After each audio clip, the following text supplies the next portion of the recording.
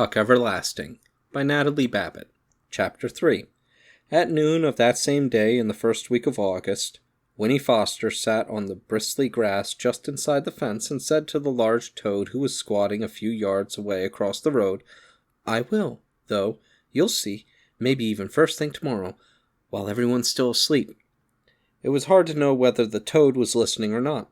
Certainly, Winnie had given it good reason to ignore her.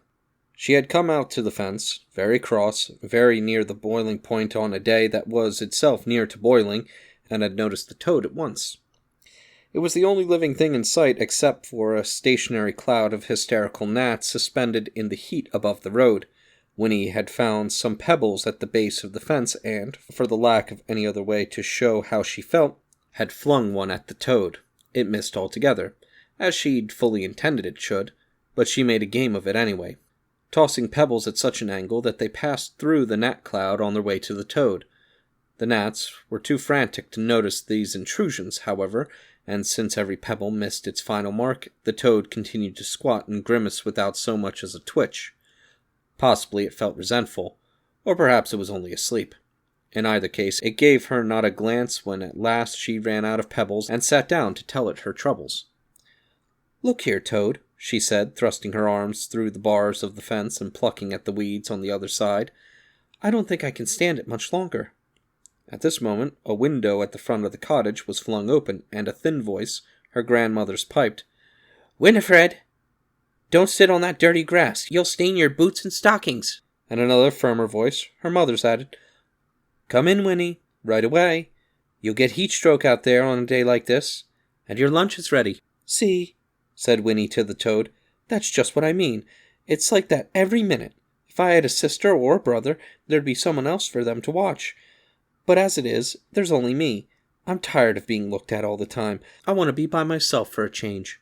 She leaned her forehead against the bars and, after a short silence, went on in a thoughtful tone. "I'm not exactly sure what I'd do, but something interesting. Something that's all mine. Something that would make some kind of difference in the world. It'd be nice to have a new name, to start with. One that's not all worn out from being called so much. And I might even decide to have a pet. Maybe a big old toad, like you, that I could keep in a nice cage with lots of grass and—" At this the toad stirred and blinked. It gave a heave of muscles and plopped its heavy mud ball of a body a few inches further away from her.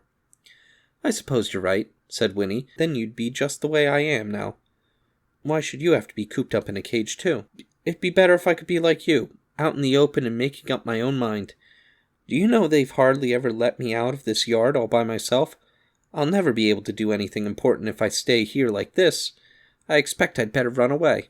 She paused and peered anxiously at the toad to see how it would receive this staggering idea, but it showed no signs of interest. "You think I wouldn't dare, don't you?" she said accusingly. "I will, though. You'll see, maybe even first thing in the morning, while everyone's still asleep." "Winnie!" came the firm voice from the window. "All right, I'm coming," she cried, exacerbated, and then added quickly, I'll be right there, Mama." She stood up, brushing at her legs, where bits of itchy grass clung to her stockings. The toad, as if it saw that their interview was over, stirred again, bunched up, and bounced itself clumsily off toward the wood. Winnie watched it go. "Hop away, Toad," she called after it. "You'll see. Just wait till morning."